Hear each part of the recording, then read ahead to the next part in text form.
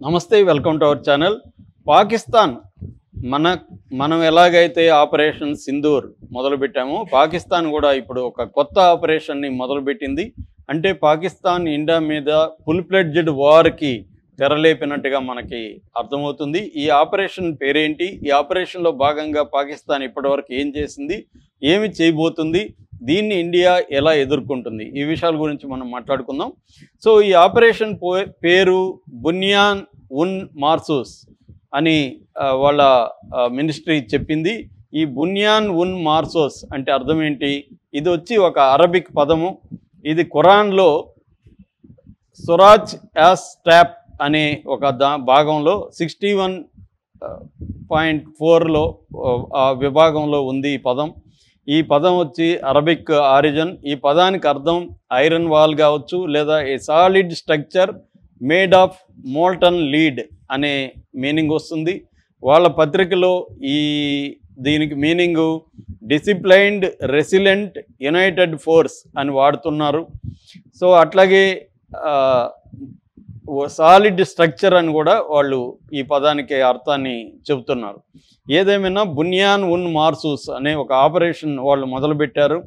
ఈ ఆపరేషన్ ప్రకారం వాళ్ళకి కొన్ని గోల్స్ కూడా వాళ్ళు చెప్తున్నారు. ఆపరేషన్ లక్ష్యాలు ఏందని చెప్తున్నారంటే, వాళ్ళు చెప్పే ఇదేంటంటే ఇండియా వాళ్ళ మీద దాడి చేస్తుంది, అది కూడా అన్ఇన్వైటెడ్, అన్ప్రొవోక్డ్. అంటే మేమేమీ చేయలేదు, మేము అమాయకులం, మా మీద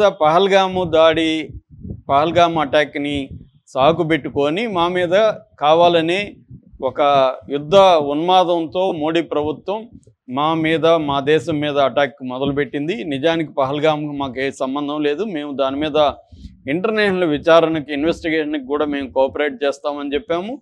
కానీ ఇండియా అది వినట్లేదు. ఆ టెర్రరిస్టులు మా దేశం నుంచి వెళ్ళారని, వాళ్ళకి మేము ట్రైనింగ్ ఇచ్చామని, వాళ్ళకి మాతో సంబంధం ఉందని ఇండియా దగ్గర ఎటువంటి ఆధారాలు లేవు, మాకు ఎటువంటి ఆధారాలు ఇవ్వలేదు సో అని చెప్పారు. దాంతో ఇంకా ఎక్స్ట్రాగా వెళ్ళి అసలు ఇండియానే అది చేయించిందని కూడా వాళ్ళు చెప్తున్నారు. సో ఈ విధంగా ఇండియా మాకు సంబంధం లేని ఒక ఇన్సిడెంట్ని సాకుగా తీసుకొని మా మీద అటాక్ చేసింది ఆపరేషన్ సింధూర్ పేరుతో. దీనికి మేము రిటాలియేషన్ చేశాము. రిటాలియేటర్గా మేము కొన్ని మిసైల్స్ని వాటిని ఇండియా మీద వేసాము. దానికి రిటాలియేటర్గా ఇండియా ఏం చేసిందంటే మా ఎయిర్ బేసుల్ని మూడింటిని, నుర్కాను, ముద్రిడ్డు, షార్కోట్, ఈ 3 ఎయిర్ బేసుల్ని ధ్వంసం చేసింది. దీనికి ఇప్పుడు మేము సమాధానం చెప్పాల్సి ఉంది అని వాళ్ళు అంటున్నారు. అంటే వాళ్ళు చెప్తున్నది ఏమంటే ఇది రిటాలియేటరీ యాక్షన్ అని చెప్తున్నారు తప్ప వాళ్ళు ఇండియా మీద అటాక్ చేస్తున్నామని వాళ్ళు చెప్పట్లేదు. మనం ఏం చెప్తున్నాం, మనం పహల్గామ్ మీద చేయడం వల్లే మేము చేస్తున్నాం. పహల్గామ్ చేయకపోతే మేము చేసేవాళ్ళం కాదు. పహల్గామ్ మొదలుపెట్టింది ఎవరు? పహల్గామ్లో పాకిస్తాన్ టెర్రరిస్టులే. అందులో 4 పాల్గొంటే 2 పాకిస్తాన్ టెర్రరిస్టులు. పైగా క్లియర్గా వాళ్ళు నువ్వు ముస్లిమా, హిందువా అని అడిగి మగవాళ్ళనే అటాక్ చేయడం, ఆడవాళ్ళు ఏడుస్తుంటే వెళ్ళి మోడీకి చెప్పని చెప్పడం, ఇదంతా క్లియర్గా పాకిస్తాన్ ప్రేరేపిత ఉగ్రవాదులు తప్ప ఇంకొకరు కాదు. ఎందుకంటే గతంలో కూడా మనం 26/11 2008లో ముంబై అటాక్స్ అప్పుడు కానీ, తర్వాత పఠాన్కోట్ మీద దాడులు జరిగినప్పుడు కానీ, పుల్వామా దాడులు జరిగినప్పుడు కానీ మనం ఆ దాడుల్లో పాల్గొన్న టెర్రరిస్టులకు సంబంధించిన డాసియర్స్ అంటే ఇన్ఫర్మేషన్ ఉండే ఫైల్స్ వాళ్ళకి ఇచ్చాం మనం పాకిస్తాన్కి. దాని మీద ఇప్పటివరకు వాళ్ళు ఏం చర్యలు తీసుకోలేదు. అందుకని వాళ్ళు ఇదంతా కూడా ఇప్పుడు పహల్గామ్లో మా వాళ్ళే పాల్గొన్నారా లేదా మీరు ఎలా చెప్తారు అని అడుగుతున్నారు. దీని మీద మాకు ఇన్ఫర్మేషన్ ఇవ్వండి, సాక్ష్యాలు ఇవ్వండి అని అడుగుతున్నారు. ఇచ్చినప్పుడు ఏం చేశారు? వాళ్ళు ఏమీ చేయలేదు. అందుకని ఈసారి ఇండియా తీవ్రమైన చర్యలు తీసుకుందామని డిసైడ్ అయింది. ఇందులో భాగంగా ఆపరేషన్ సింధూర్ మొదలుపెట్టింది. అయితే పాకిస్తాన్ సైలెంట్గా ఉంటే సరిపోయేది, కానీ పాకిస్తాన్ కయ్యానికి కాలు దూవడం మొదలుపెట్టింది. ఇందులో భాగంగా ఇప్పుడు ఈ బునియాన్ ఉన్ మర్సూస్ అనే ఒక ఆపరేషన్ మొదలుపెట్టింది. ఇందులో ప్రధాన లక్ష్యం న్యూట్రలైజ్ థ్రెట్, అంటే మిలిటరీ అసెట్స్ని న్యూట్రలైజ్ చేయడం. అంటే మన ఇండియా వాళ్ళ దేశం మీద ఎయిర్ స్ట్రైక్స్ కానీ, లేకపోతే నేవీ దాడులు కానీ, లేకపోతే భూభాగంలో అటాక్ చేయడం కానీ ఆర్మీ ద్వారా చేస్తే వాటిని న్యూట్రలైజ్ చేయడం అనేది ఫస్ట్ లక్ష్యం. రెండో లక్ష్యం డిఫెండింగ్ ద సావర్నిటీ అంటే పాకిస్తాన్ దేశ సార్వభౌమత్వాన్ని కాపాడుకోవడం. మీరు ఇండియా మా దేశ భూభాగంలోకి ఎలా వచ్చి మీరు అటాక్ చేస్తారు అనేది పాకిస్తాన్ ప్రశ్నిస్తుంది. దానికి మన సమాధానం, మేము రాలేదురా బాబు, ముందు వచ్చింది మీరే, పహల్గాం మా భూభాగం కదా, దాంట్లోకి వచ్చింది ఎవరు, మీరు కదా, మేమేమన్నా మీ భూభాగంలో మా టెర్రరిస్టులను పంపించి చంపామా అనేది మనం అడుగుతున్నాం. కాబట్టి ఇక్కడ ఎవరి వెర్షన్ వాళ్ళది. పాకిస్తాన్ తాను చేసేదాన్ని ప్రధాన్ని సమర్థించుకోవడం కోసం ప్రయత్నిస్తుంది. ఈ ఆపరేషన్లో కూడా అది చెప్పింది. మూడవది స్ట్రాటజిక్ డిటరెన్స్ అని చెప్పింది. స్ట్రాటజిక్ డిటరెన్స్ అంటే ఇండియా వాళ్ళ దేశం మీద దాడి చేయకుండా ఉండాలంటే వాళ్ళు ఈ ఆపరేషన్లో భాగంగా మా దగ్గర న్యూక్లియర్ వెపన్స్ ఉన్నాయి, ఈ న్యూక్లియర్ వెపన్స్ని మేము ప్రయోగిస్తాం అని చెప్పదలుచుకున్నారు. అందుకే ఈరోజు నేషనల్ కమాండ్ అథారిటీని ఎన్సిఏ అంటారు. దీన్ని షహబాజ్ షరీఫ్ పరుస్తున్నాడు ఈరోజు. ఇంకా దాని డీటెయిల్స్ మనకు అందలేదు. సో ఆ సమావేశం ఎందుకు అంటే ఈ నేషనల్ కమాండ్ అథారిటీ ఎన్సిఏ అనేది సంస్థ ఏంటంటే పాకిస్తాన్లో ఉండే న్యూక్లియర్ వెపన్స్ని ఇండియా మీద ఉపయోగించాలా లేదా, ఉపయోగిస్తే ఎప్పుడు ఉపయోగించాలి, ఏ నగరాల మీద ఉపయోగించాలి, ఎలాంటి న్యూక్లియర్ వెపన్స్ ఉపయోగించాలి అంటే లో yield nuclear weapons, high yield nuclear weapons అని బేసిక్గా 2 రకాలుగా ఉంటాయి. లో ఈల్డ్ అంటే తక్కువ ప్రాంతం మాత్రమే ధ్వంసం అవుతుంది, హై ఈల్డ్ అంటే ఎక్కువ ప్రాంతం ధ్వంసం అవుతుంది.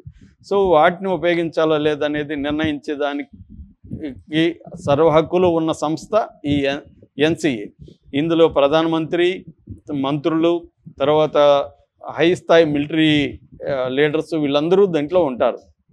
సో ఈ సమావేశం ద్వారా పాకిస్తాన్ ఇండియాకి ఏం చెప్పదలుచుకుందంటే, మీరు మా మీద ఎయిర్ స్ట్రైక్స్, మా మిలిటరీ బేసులు, మా ఎయిర్ బేసుల్ని అటాక్ చేయడం మొదలుపెట్టారు కాబట్టి మీరు కానీ ఇప్పుడు ఆగకపోతే మేము న్యూక్లియర్ వెపన్స్ వేస్తాము అని హెచ్చరిక చేయదలుచుకున్నట్టుగా తెలుస్తుంది. అందుకే ఈ ఆపరేషన్ని మొదలుపెట్టారు. ఇక 4వ పాయింట్ సైకలాజికల్ ఇంపాక్ట్. అంటే ఇప్పుడు వాళ్ళ దేశంలో ఒక భయాందోళనలు అయితే ఉన్నాయి. ఆల్రెడీ మిలిటరీ జనరల్కి వ్యతిరేకత బలంగా ఉంది, అసీం మునీర్కి. తర్వాత ఇమ్రాన్ ఖాన్ సంబంధించిన పీటీఐ పార్టీ ఏదైతే ఉందో ఆ పార్టీకి సంబంధించిన ప్రజలు కావచ్చు, కార్యకర్తలు కావచ్చు, పెద్ద ఎత్తున వీలైనప్పుడంతా వీధుల్లోకి వచ్చి నిరసనలు తెలియజేస్తున్నారు. సో అసీం మునీర్కి అన్ని వైపుల నుంచి పాకిస్తాన్లో వ్యతిరేకత ఉంది కాబట్టి ఇప్పుడు యుద్ధాన్ని ప్లాన్ చేసింది అసీం మునీరే. పహల్గామ్లో అటాక్ చేసింది అసీం మునీరే, చేయించింది. చేస్తే ఇండియా రియాక్ట్ అవుతుందని తెలిసే చేస్తున్నాడు. వాళ్ళకి తెలుసు ఇండియా కన్వెన్షనల్ వార్ఫేర్లో మనం ఇండియాని జయించలేమని తెలుసు. అందుకని కన్వెన్షనల్ వార్ఫేర్కి ఇండియాని రంగంలోకి దించాలి. కొంత డ్యామేజ్ జరిగినాక మనం న్యూక్లియర్ వెపన్స్ బయటికి తీయాలి, అప్పుడు ఇండియా సైలెంట్ అయిపోతుంది. ఇది వాళ్ళ వేసుకున్న స్కీము. ఆ స్కీమ్లో భాగంగా ఇప్పుడు ఆపరేషన్ బునియాన్ ఉన్ మర్సూస్ అని స్టార్ట్ చేశారు. దీంట్లో ఈ సైకలాజికల్ డ్రామా అనేది మొదలుపెట్టారు. అయితే ఇప్పుడు వాళ్ళు ఈ ఆపరేషన్ బునియాన్ ఇన్ మర్సూస్లో భాగంగా మన ఇండియన్ ఎయిర్ బేస్ని ధ్వంసం చేశామని చెప్పుకుంటున్నారు. వాళ్ళు చెప్పుకుంటున్న వాటిలో ఏంటంటే బీస్ అని, అమృత్సర్ దగ్గర బీస్ అని ఉంటుంది పంజాబ్లో, అక్కడ బ్రహ్మోస్ మిసైల్ స్టోరేజ్ ఫెసిలిటీ ఉంది. అంటే బ్రహ్మోస్ మిసైల్స్ అనేవి సూపర్సోనిక్ మిసైల్స్.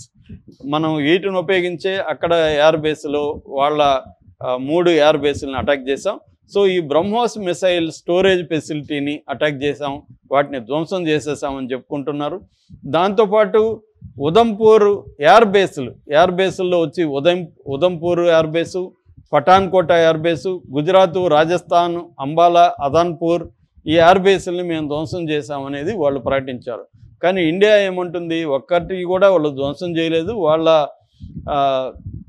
మిసైల్స్ని మనం గాల్లోనే అటాక్ చేసాము, మన ఎయిర్ డిఫెన్స్ ఉపయోగించి వాటిని గాల్లోనే కొట్టేశామనేది మన వాళ్ళు చెప్తున్నారు. కానీ వాళ్ళు మేము లేదు ఎయిర్ బేస్ని అటాక్ చేశాము అని వాళ్ళు చెప్పుకుంటున్నారు. దానికి సంబంధించి వాళ్ళు వీడియోలు కూడా వాళ్ళ పీటీవీ అంటారు, పాకిస్తాన్ టీవీ, ఆ ఛానల్లో వాళ్ళు చేశారు. అయితే వాళ్ళు ఏ క్షిపణుల్ని మన ఎయిర్ బేస్ల మీద వాడారో కూడా చెప్తున్నారు. అది పతాహ-2 అని, పతా-2 ఢిల్లీ మీద కూడా వేశారు ఇది. తర్వాత పతా-1, అబ్దాలి-1, మిసిలిన్ ఇవన్నీ వేశారు. అట్లాగే వాటిని మన మిసైల్స్ని ఎదుర్కోవడానికి వాళ్ళ air defence system HQ-9 HQ-16 defence సిస్టమ్స్ని వాడామని వాళ్ళు చెప్తున్నారు. ముఖ్యంగా వాళ్ళ ISPR అంటే inter services public relations DG director general Ahmed Sharif Chaudhry గంటకి అక్కడ మీటింగ్లు పెట్టి ఇవన్నీ చెప్తున్నాడు. సో మేము